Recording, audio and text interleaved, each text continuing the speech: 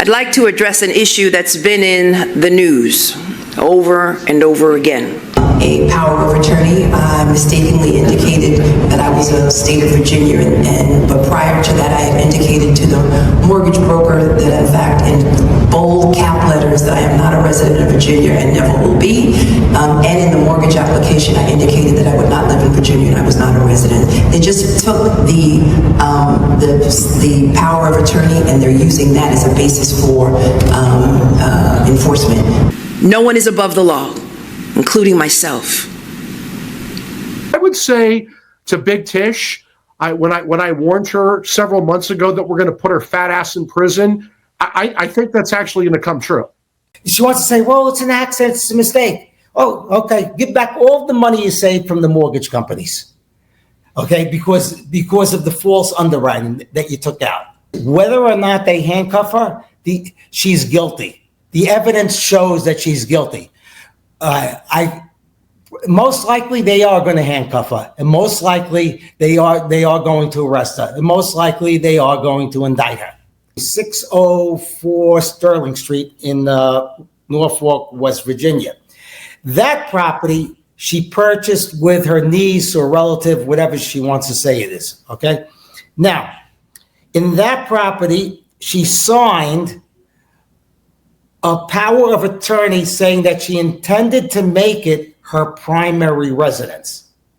Now, this was right before the Trump trial, and according to the mortgage documents, both parties, her and her relative that bought the property, had to make it into their primary residence. Not one, both.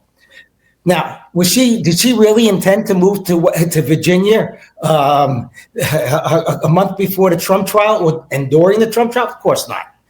Now, when the mortgage documents were filed, it was underwritten as if both parties were going to occupy the property. And this power of attorney that she attested to, she swore to, which was witnessed by somebody when they were in her own offices, Jennifer Levy, I think her name is. Within her own office, that was filed with the mortgage. Now, then comes the referral from the Justice Department to the Justice Department, and then the rebuttal from the sleazebag Abby Lowell. He says, well, there are documents that we're going to show you. We have documents that show that she didn't intend to make a primary residence. And he points to an exhibit.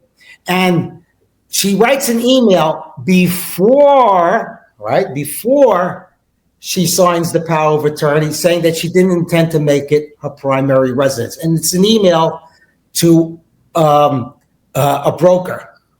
So the emails before she signs that she intends to make it a primary residence. So automatically the latter document, the sworn specific power of attorney,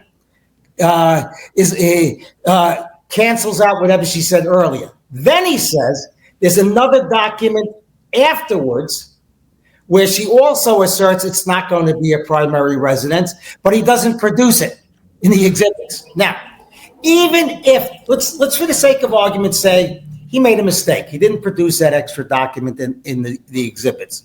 Fine.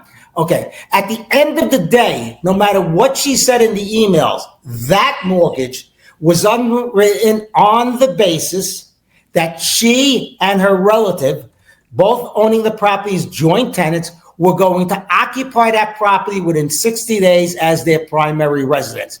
Case closed. Case closed. In other words, this is fraud in the inducement. But at the same token, the documents speak for themselves.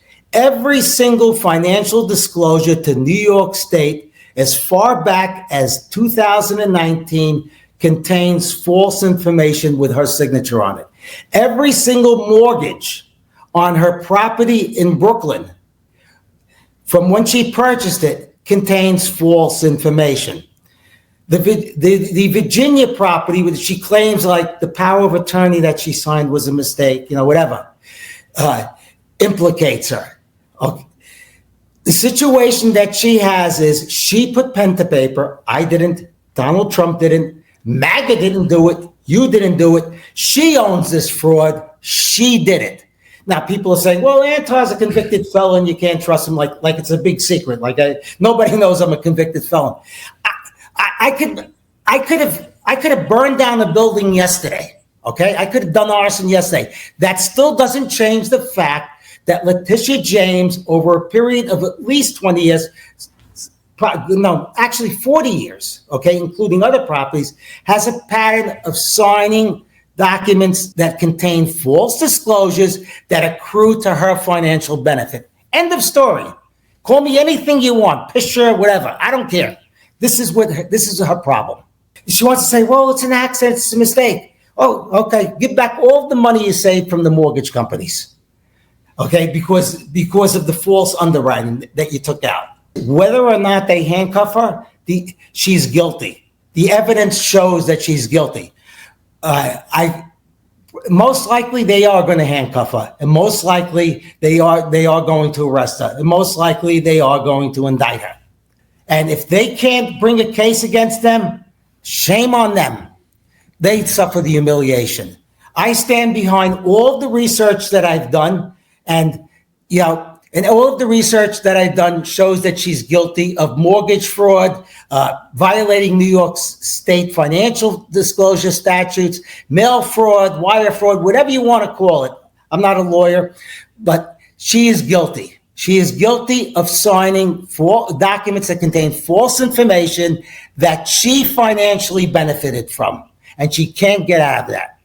I didn't target Letitia James. Yeah. I didn't look for her. I didn't go after her because her tit for tat with Donald Trump, which I really don't give a shit. The reason that I went and examined Letitia James is for quite a while, I've been examining financial disclosures of New York State and New York City politicians. I ventured upon her, and that's when the big red flags, showed up.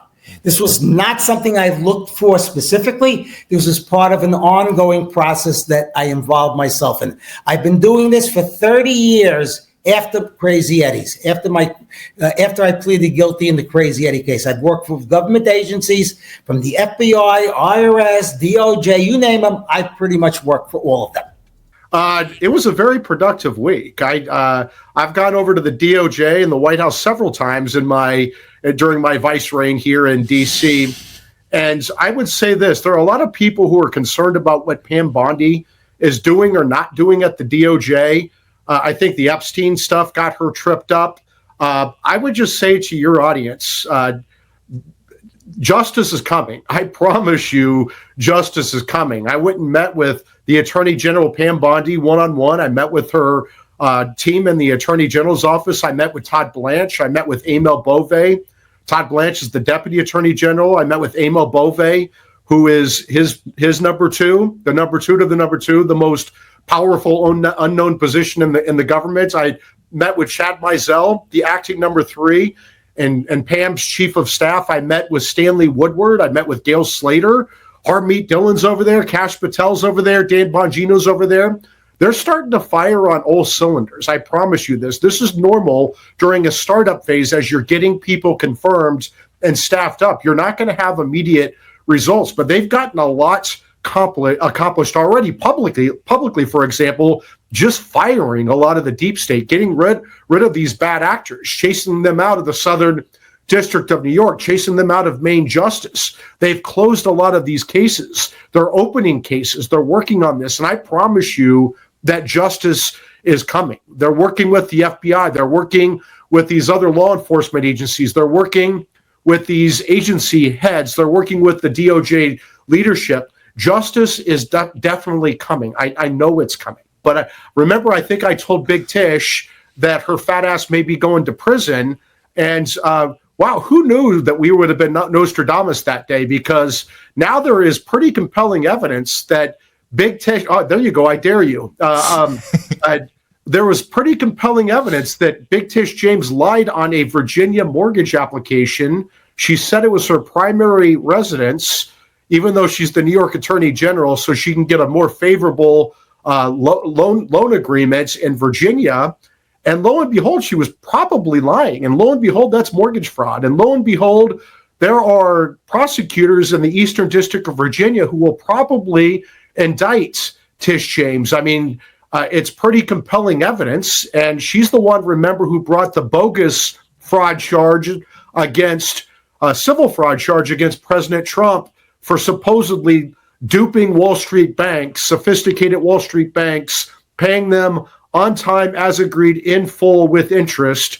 And Tish James said that Trump lied about the value of Mar-a-Lago. She said that Trump said Mar-a-Lago was worth like $500 million, and it's worth double that. But Tish James said, well, no, it's only worth $18 million because that's what the tax assessor says it's worth. If you just go on Zillow, go on Redfin, and look at what property cost in Palm Beach, Florida, the most expensive real estate in the world. Trump has 20 acres of the most prime real estate in the world. It's, I think, the only property that touches both the Atlantic Ocean and the intracoastal waterway. It's clearly worth at least $500 million, if not $1 billion or more. And to say that it's only worth $18 million, a tennis court at Mar-a-Lago is worth $18 million. And Big Tish took Trump to trial in New York on this and got Arthur Engeron, that nut job trial attorney, to railroad President Trump, where it was a kangaroo court. There was no due process. Now Democrats want due process for Tren de Aragua terrorists and MS-13 gangbangers who beat women and traffic women and rape kids. But suddenly they care about due process, but they didn't care about due process for President Trump. So I would say to Big Tish, when I warned her several months ago that we're going to put her fat ass in prison, I think that's actually going to come true. So you believe that the DOJ is going to pick up these charges, and they're going to potentially put Big Tish on a prison diet. You began this by talking about prison diets, and you could potentially get that here. Maybe it would be a good thing. We're not sure, but you're saying that it could happen. We'll either have to put her on a prison diet, or we're going to have to increase the Federal Bureau of Prisons food budget. So one of the two. But I would say to Big Tish, if you lied on your mortgage application, that's mortgage fraud. You're very familiar with the fraud statutes because you brought your bogus fraud case against Trump to try to derail his presidential campaign and bankrupt him. They have Big Tish dead to rights on this. And so nobody's above the law. And Right. If they don't indict Big Tish for this, they're giving her amnesty. So I don't think the Trump administration is going to give her amnesty. So I think they're going to indict her. That's all for today. Thank you. If you want global news to keep you up to date on any new developments, please subscribe our channel and forward our content with your friends on social media and email. Thank you very much for keep supporting me. Stay safe, be blessed. Namaste. Thank you, God bless you, and God bless America.